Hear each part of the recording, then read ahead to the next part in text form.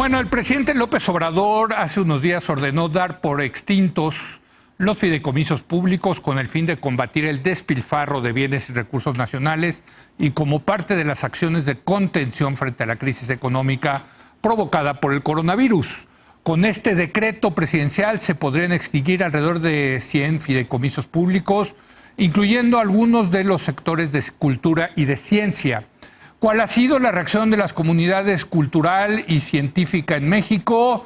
¿Se justifica el enojo? Para debatir el tema, saludo vía remota y a sana distancia a Paula Sofía Vázquez. Paula, ¿cómo estás? Hola, Leo. Chicos, buenas noches. Gibran Ramírez. Gibran, buenas noches. Buenas noches, Leo, Paula, Carlos. Y Carlos Bravo, regidor. Carlos, muy buenas noches. Hola, colegas, muy buenas noches.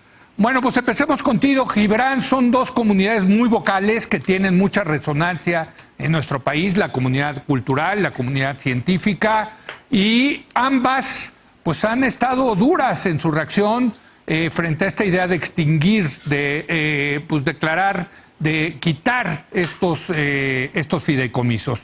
¿Cómo la ves tú, Gibran? Sí, primero sobre la medida, me parece una gran medida y creo que deberían imitarlo los poderes legislativos y judicial.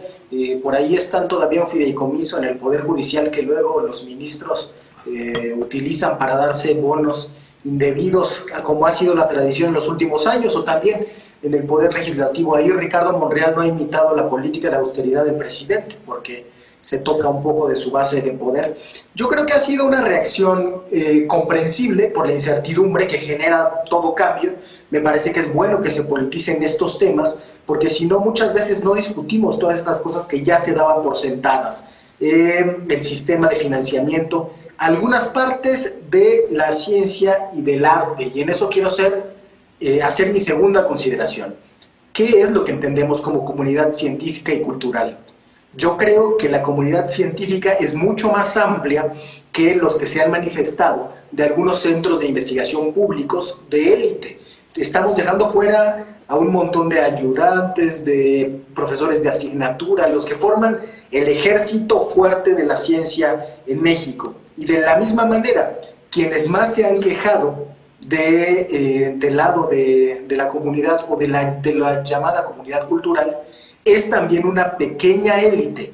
Como dice Braulio Peralta, estoy seguro de que hay muchos más artistas sin beca que becarios. La segunda consideración se trata de una medida correcta, desde luego con sus asegúnes, y creo que puede derivar incluso para estas comunidades que se han quejado en mejores condiciones. ¿A qué me refiero? A que primaban por la estructura misma de los fideicomisos, o más bien por carecer de estructura orgánica, como establecía el decreto, que serían esos los que se deberían de eliminar, primaba la opacidad y la arbitrariedad.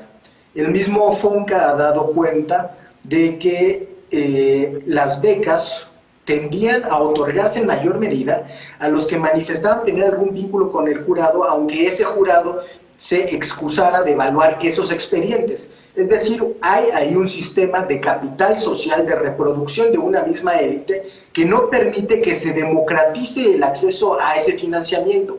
Al integrarse a la Secretaría de Cultura, habrá reglas más claras y las reglas de transparencia que rigen para todo el manejo de los recursos públicos del gobierno federal. Pero sí, ahí va a haber un cambio, ¿no, Gibran? Porque antes la idea del FONCA, por ejemplo, es que los mismos pares de la comunidad cultural decidían a quién darles esta beca. Ahora va a ser la Secretaría de Cultura, no sabemos con qué procedimiento, el que va a dar estas becas directamente, ¿no? Claro, yo creo que ahí tiene que haber un diálogo con toda esta comunidad para establecer esas reglas y la transparencia. No puede ser las becas vitalicias, creo que tiene que establecerse límites.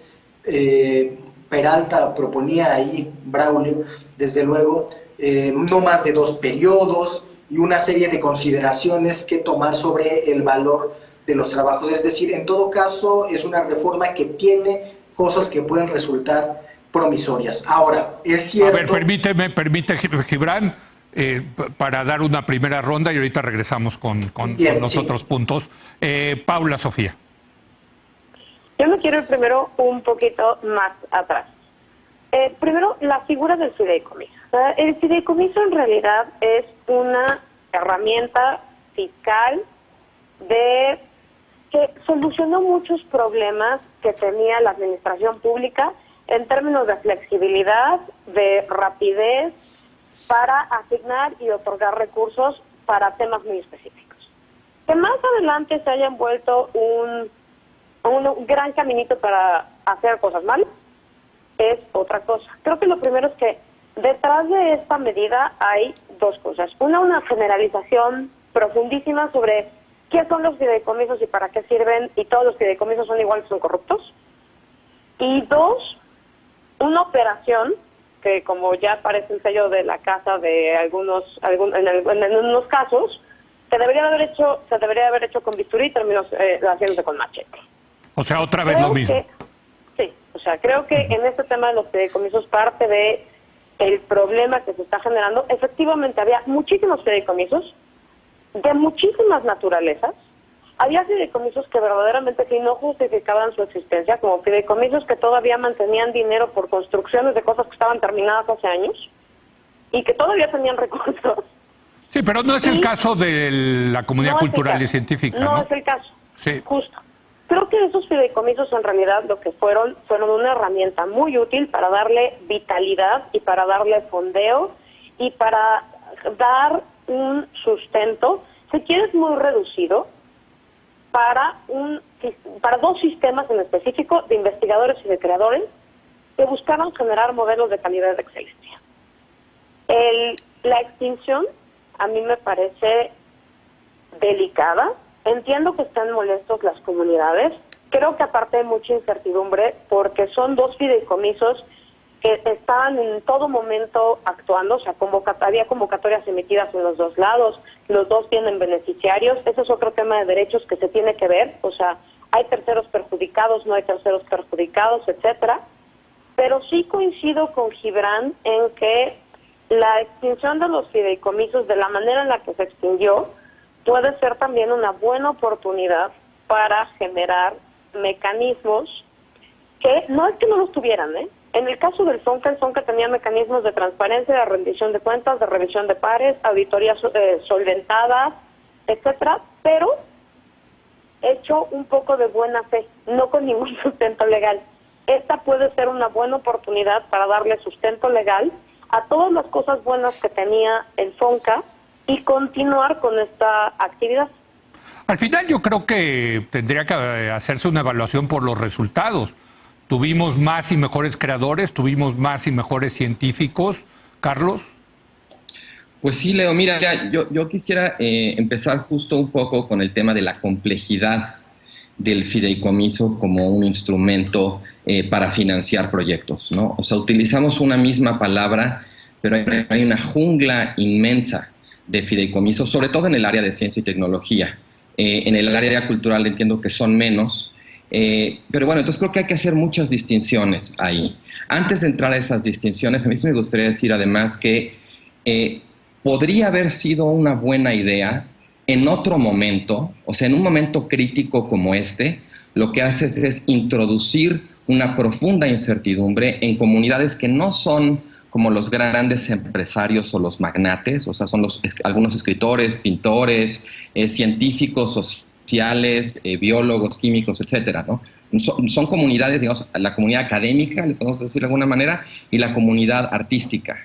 Y esta medida en este momento, con la crisis que estamos empezando a vivir en términos económicos, pues claro que genera mucho nerviosismo y parece una medida muy injusta, porque además la acusación de que los fideicomisos son corruptos o son opacos, pues habría que probarla, porque como digo, hay de todo, hay fideicomisos millonarios, súper opacos, que nadie sabe qué pasó con ese dinero, y hay otros fideicomisos que de hecho son la mayoría de los fideicomisos de ciencia y tecnología, y la mayoría de los de cultura, que la verdad estaban bastante bien manejados. Entonces yo creo que para hacer una acusación así como de que eran corruptos, pues hay que probarlo. Esto, como decía Paula, pues es el sello de la casa, ¿no? El machete en lugar del bisturí.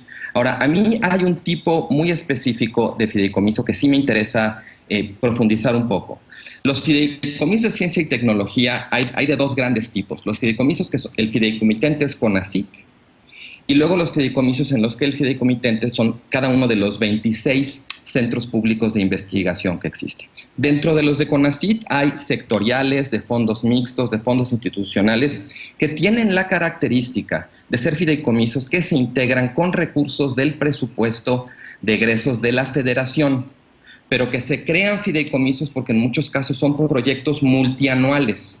Entonces, se crea un fideicomiso ahí para poder permitirle operar y darle flexibilidad. Y luego hay otro tipo de fideicomisos que son los de los centros públicos de investigación, que tienen la característica de que se integran con recursos que no provienen del presupuesto. Sí, déjame dar un ejemplo. Si, por ejemplo, la Fundación Ford te da un dinero a ti que estás en el CIDE para una investigación, entra a través del fideicomiso, ¿no? Exactamente. Una de las razones por las cuales se crearon esos fideicomisos fue precisamente para permitirle a los investigadores buscar fuentes de financiamiento alternativas al presupuesto público, cosa que yo creo que a todos nos debe parecer muy bien, porque entonces le aligeras en cierto sentido la carga al Estado, al dinero público, y bueno, pues puedes conseguir recursos de empresas privadas, de gobiernos extranjeros, de fundaciones. Ese no es dinero público, es dinero que viene de otro lugar y que permite financiar investigaciones, dar becas, etcétera. Ese tipo de fideicomisos no tendrían que extinguirse, porque están creados conforme a lo que observa la propia ley de ciencia y tecnología, y además no tienen recursos públicos. Insisto, son en más de un sentido recursos autogenerados por los propios centros de investigación y que además están regulados por ley y de todas maneras tienen que rendir cuentas. Y la propia ley dice en qué se puede y en qué no se puede gastar. No es como que los investigadores se enriquecen y se meten en el dinero así en los bolsillos, para nada. Normalmente se usan para pagar investigación, asistentes, dar becas, cosas que creo, más el Estado mexicano ha invertido tantos años en crear estos centros, en tener una comunidad académica en muchas disciplinas de nivel internacional, como para ahora darles un golpe de esta magnitud, cuando además esos fideicomisos en particular, tampoco creas que tienen tanto dinero, Leo.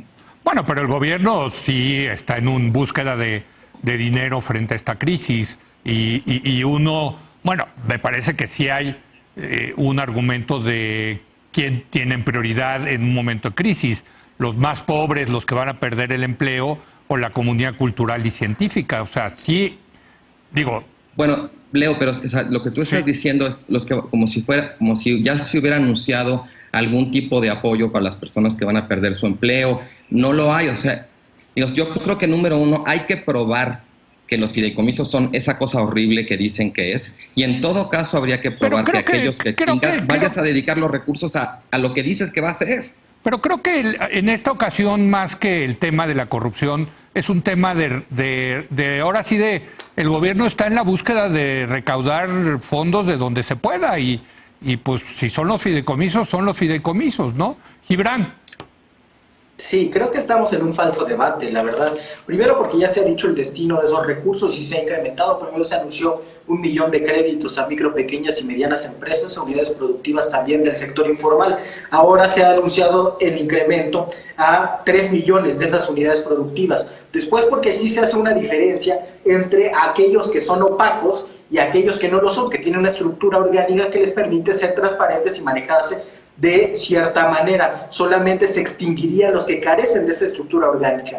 Después porque estamos hablando de 2 fideicomisos, o por lo menos de 2 tipos de fideicomisos que ya se ha dicho que mantendrán sus funciones básicas, los recursos. Es decir, lo del FONCA se mantendrá en becas. Entonces, hay que explicarle a la gente que el FONCA era el fideicomiso para creadores, para becas de creadores, escritores, teatristas, pintores, etcétera, ¿no?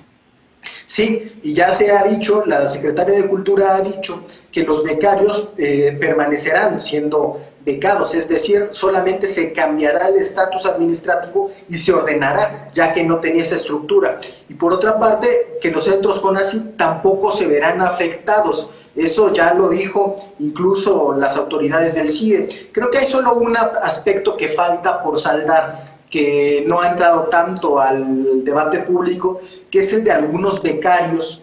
Los más vocales han sido los del Instituto Mora.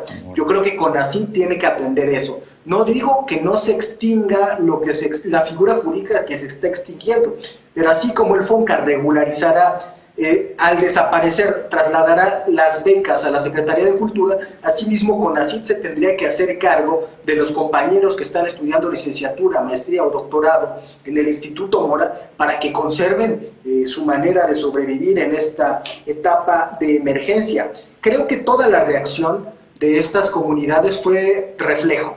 Si dicen que vamos a desaparecer todos los fideicomisos sin estructura y nuestros recursos están en fideicomisos que tienen esa cualidad, pues claro que nos vamos a asustar. Y ahí estuvo muy asustado Mauricio Merino en varios medios diciendo va a desaparecer el CIDE, y pues sí, resulta que no, y que ya está claro, y tampoco van a desaparecer las otras becas. Pero a ver, Gibran, aquí sí hay un tema, porque sí. Contra lo que se piensa de que el Estado está financiando, por lo menos a estos científicos, al revés, como dijo Carlos, el fideicomiso era un vehículo para que los científicos pudieran conseguir recursos fuera del Estado.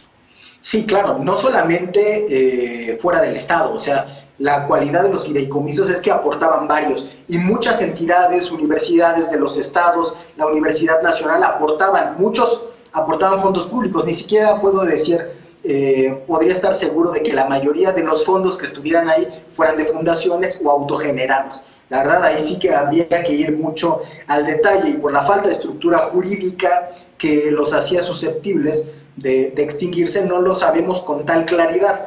Lo que sí es cierto es que lo que pusieron sobre la mesa esas comunidades lo recibió la Secretaría de Hacienda, lo llevó a la función pública, y ahora sabemos, excepto por esas becas que digo, que no se va a perder el apoyo a ciencia y tecnología, y bueno, no que queda los claro becarios todavía, del FONCA, los becarios del FONCA seguirán siendo becarios. Bueno, hay que ver ahí las declaraciones de Ayllón y de las demás autoridades de los centros CONACYT. Para ellos está bastante claro. A ver, Paula. Yo nada más, rapidísimo. Sí, efectivamente, o sea, si se extinguieron los fondos, por ejemplo, en el caso de Cultura, que sí se extinguen los fideicomisos, pero la Secretaría de Cultura mantiene los fondos, pues yo sí citaría un clásico, pero ¿qué necesidad ahorita, en este momento? Porque otra de las cosas es, pues también, sí es cierto, efectivamente el gobierno federal está buscando fondos para atender la emergencia, pero también no se está fijando que parte de esas comunidades que hoy reciben los fondos, por ejemplo, en el sector cultura, se pone a la precarización si no reciben esos fondos. O sea, muchos de los creadores viven de su beca, no tienen otros ingresos, no son los grandes creadores millonarios, y pues dejarlos en este momento desprotegidos, o por lo menos, como señala Carlos, con mucha incertidumbre respecto a qué va a pasar con sus fondeos, pues es complejo. Y bueno, creo que también el tema de la estructura, pues la estructura jurídica, tener una estructura jurídica no es una bala de plata.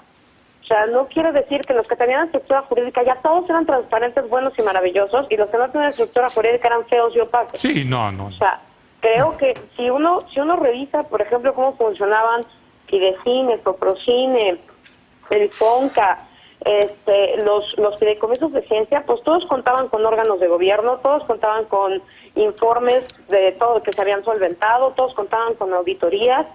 Entonces, yo no veo en este caso la necesidad de extinguir en este momento preciso unos fideicomisos que funcionaban bien y que estaban dando resultados. Y efectivamente, qué bueno que se rescatan las funciones, pero ¿por qué en este momento en el que todas las baterías deberían de estar concentradas en lo público y en lo privado, en atender la emergencia, estamos abriendo este nuevo frente en el que ahora las secretarías que lograron mantener su dinero, pero que no lograron mantener sus fideicomisos, están trabajando a marchas forzadas para ver cómo aterrizan ese dinero y cómo generan unos nuevos esquemas para dar dinero, para que no se pierda lo bueno que tenían sus fideicomisos, y además entrando a una estructura burocrática que era justo de lo que te salvaba el fideicomiso, ¿no? Te permitía hacer pagos flexibles y directos. Y sospecho que tanto la comunidad cultural como la comunidad científica mayoritariamente votaron por López Obrador. Tengo esa impresión de que era una clientela bastante allegada a Morena y al presidente López Obrador, ¿no, Carlos? Pues mira, no lo sé a ciencia cierta, Leo, honestamente. O sea, sí conozco gente, hay algunas personalidades, celebridades académicas o artísticas que a lo mejor sí, pero no, yo no tengo tan claro eso que dices. Lo que creo en todo caso, recuperando lo que decía Paula sobre el qué necesidad, es si están diciendo que se van a extinguir, pero luego no, estos que funcionaban, no, vamos a ver la manera de que sigan recibiendo los recursos, entonces ¿para qué extinguen los fideicomisos que sí servían? O sea, parece una medida, por decirlo menos, gratuita y arbitraria. Ahora, no es cierto que el tema de los fideicomisos de los centros públicos de investigación ya se resolvió. Lo del FONCA sí ya se resolvió, ya salió la secretaria a aclararlo. CONACYT todavía no ha informado a los centros sobre cuál es su decisión. Lo que comentaba Gibran es la interpretación que hicieron los directores de los centros públicos de investigación respecto al decreto y el argumento de por qué sus fideicomisos como centros públicos de investigación, estos que decíamos que no reciben dinero presupuestal, deberían estar exentos porque están creados conforme a ley y tienen una estructura propia. Ellos interpretan así, pero ni la Secretaría de Hacienda ni CONACYT han dado todavía luz sobre si están de acuerdo o no con esa interpretación. Yo creo que en este caso el viejo refrán de no hagas cosas buenas que parezcan malas aplica. Estos fideicomisos funcionaban bien y por eso en el caso del FONCA van a sobrevivir. Tenían reglas claras, tenían autonomía, tenían flexibilidad, tenían memoria institucional. ¿Qué van a tener ahora? Porque ahora claramente parece que lo absorbe la Secretaría en una lógica de centralización, de consolidación, de no aprovechar los recursos porque están diciendo que esas becas se van a mantener. Entonces, ¿para qué hacerlo? Bueno, pues digo, ¿quieres? Yo te doy una lectura para tener más control político sobre ellos. No. Bueno, pues yo creo que esa sería una muy mala razón. Digo, es una hipótesis, es una hipótesis. A ver, digo, es una hipótesis y digo, lo que estoy entendiendo es que sí es muy diferente la naturaleza de los fideicomisos culturales con la naturaleza de los fideicomisos de ciencia y tecnología. Y dentro de los de ciencia y tecnología también hay muchos tipos distintos. Y dentro de los culturales también había distinciones entre unos y otros. Por eso, pero es un universo inmenso. Pero a mí lo que me gusta es lo que decía Gibran, de que al final del día a los creadores culturales les van a poner límites y ya el Estado no los va a estar...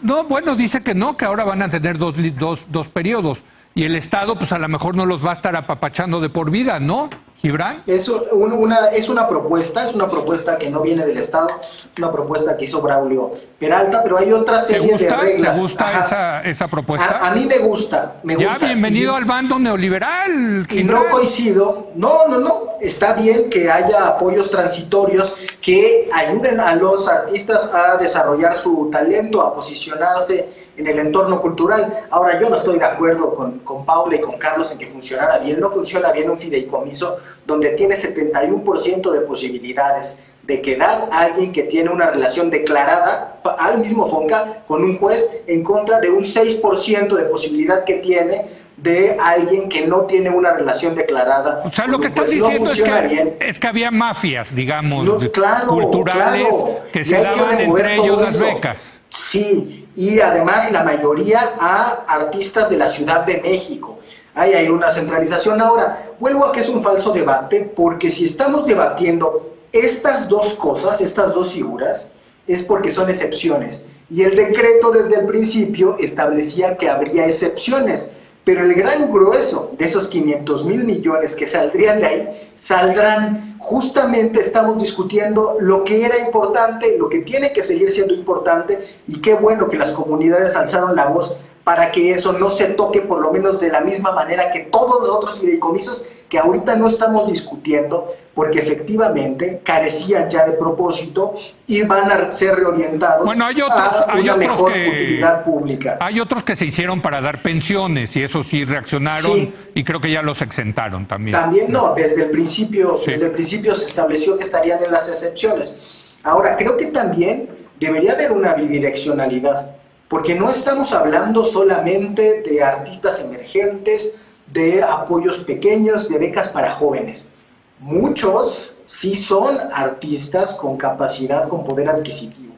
y mucha de la élite cultural que ha estado en defensa de este sector no se ha manifestado por generar otras redes de solidaridad en este momento de emergencia para todos. Es decir, se trata en más de un sentido de una defensa corporativa y elitista que no se toma con seriedad la propuesta en su conjunto. Se está defendiendo un nicho más que una política. Y entonces ahora dicen, ¿para qué necesidad? Hay creadores que ya podrían vivir de su trabajo, que ya podrían integrarse al mercado, y esos no necesitan ya la ayuda del Estado. ¿Estamos de acuerdo?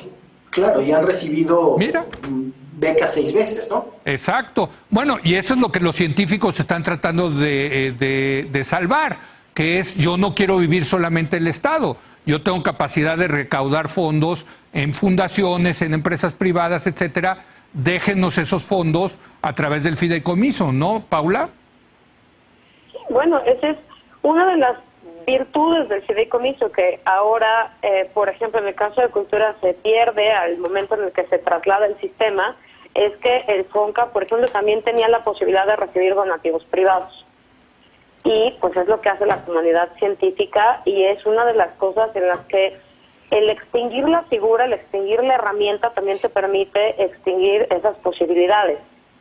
Y eso pues es bastante preocupante para la comunidad científica en específico. Carlos.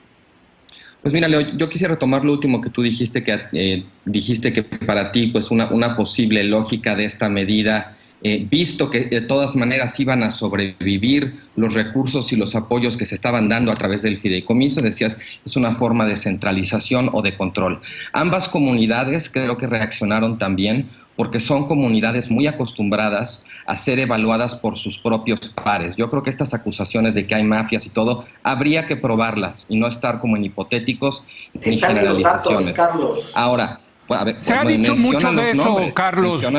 En el Sistema Nacional de Investigadores mucho, Leo, se ha hablado mucho de eso. Es que hay que probarlo, Leo, porque no siempre lo que se dice con respecto a ciertos casos aplica a la generalidad, ¿no? Y en estos casos, como hemos discutido muchas veces, pues sí, más vale mejor tratar de salvar a los que hacen bien las cosas y digamos, sancionar o acabar con los que no lo hacen bien, que en lugar de sancionarlos a todos. Y yo te quiero decir una cosa, Carlos. Los fideicomisos, ¿no? Yo te quiero decir una cosa. Yo prefiero, con todos sus defectos, la evaluación de pares que la evaluación de burócratas que tienen intereses políticos. Sí, venga. A eso iba. Estas son comunidades celosas y creo que por buenas razones de su propia autonomía. Que te evalúen tus pares no quiere decir que entonces siempre haya un arreglo mafioso. Puede haber casos... La evaluación por pares no tiene nada que ver con la figura del fideicomiso. Déjame terminar nada más. Entonces, lo que digo es, no hay que generalizar y hay que entender que estas comunidades tienen muy buenas razones para ser celosas de su autonomía, que no tienen que ver necesariamente con comportamientos mafiosos ni corruptos, sino por la propia naturaleza de las actividades que desempeñan. Lo último que tú quieres es a un político o un burócrata decidiendo qué artistas merecen apoyo o no, y lo mismo proyectos de investigación. Bueno, me queda tiempo para 30 segundos cada quien. Una última ronda de conclusiones. Gibran, te veo con ganas ya de... Pues ya llegaste tarde en la pelea, Gibran. No, pues es que nadie ha dicho que se va a dejar la evaluación por pares, porque no tiene nada que ver con la figura jurídica de fideicomiso. Son dos debates absolutamente diferentes que aquí se quieren mezclar de forma tramposa. O sea, que desaparezca el FONCA es que ahora van a evaluar los políticos. Bueno, la verdad es que eso tiene bastante... No sabemos quién va a evaluar porque no se han puesto otras reglas, ¿no? Esa es la verdad, no sabemos. No sabemos. Claro, se pondrán las reglas, pero no tiene nada que ver la figura jurídica. Estaría bueno tener esas reglas y darlas a conocer antes de hacer el cambio. A ver, que termine Gibran. Ahora, otra, no se trata de un asunto de ir probando caso por caso. Si están los datos del mismo FONCA, si están los datos de que se trata de un asunto sistémico, lo que hay que cambiar son reglas, y lo que se están cambiando son reglas. Hemos discutido hasta ahora pocas excepciones. Esto quiere decir que la política en general ha sido acertada. Saldrán recursos, se destinarán a créditos y apoyos sociales. En este momento de emergencia, eso es lo que necesitamos y todos tienen que poner de su parte. Todos los sectores, por el bien de todos, primero los pobres, y ese es el lema de este gobierno. Paula. Yo nada más rescato, hoy publicó en El País la Secretaria de Cultura para explicar un poco las ideas que tenían sobre cómo iban a aterrizar esta decisión, ¿no? Porque en realidad ellos solicitaron una excepción para que se salvara el fideicomiso, no se salvó, se hicieron cambios, también se hicieron cambios al de cine, y sobre la preocupación que tenían del tema de libertad creativa y eso, pues el seguro que ellos, la garantía que dan es, se va a mantener la libertad creativa y van a tratar de mantener en la medida de lo posible, pues todas las cosas buenas del FONCA que hacían buena FONCA. La evaluación por pares, los criterios de transparencia, los criterios de selección, etcétera, y pues hay una buena posibilidad de hacer esto de una forma en la que quede mucho más blindado el sistema, porque una de las cosas que se evidenciaron en este caso es que estar sostenido sobre la figura del fideicomiso resultó muy endeble, porque en un día se fue. Carlos. Mira, Leo, yo concluiría diciendo que una medida como esta, que puede llegar a generar toda esta incertidumbre y este nerviosismo dentro de estas dos comunidades, pues creo que sería una buena idea no improvisar ni hacer las cosas en las rodillas. No es la primera vez, por cierto, que este gobierno... Déjame hablar, Gibran, porque estás muy... Sí, tú me interrumpiste. Estaba en la ley de austeridad no improvisar, no hacer políticas sobre las rodillas. Que termine, Carlos, sí. No hacer políticas sobre las rodillas. Si vas a hacer este cambio y lo vas a hacer bien, pues entonces anuncia de una vez cuáles son las nuevas reglas. El problema es, te deshaces de reglas anteriores con respecto a las cuales la gente ya sabía de qué se trataba el juego, dices que se va a respetar, pero no dices cuáles son las nuevas reglas. Naturalmente se prestan malas interpretaciones y a que la gente se ponga nerviosa cuando lo haces en un momento tan, insisto, tan desafortunado. Bueno, pues ahí está el debate. Gracias, Carlos. Gracias, Paula. Gracias, Gibran. Nos veremos sana a distancia, vía remota, la semana que entra. Gracias. Nos vemos. Gracias. Y aquí vamos a hacer una pausa y vamos a hablar ahora de la intención de ciertos estados de salirse del pacto fiscal. ¿Cuáles serían las implicaciones? Regresamos en un momento.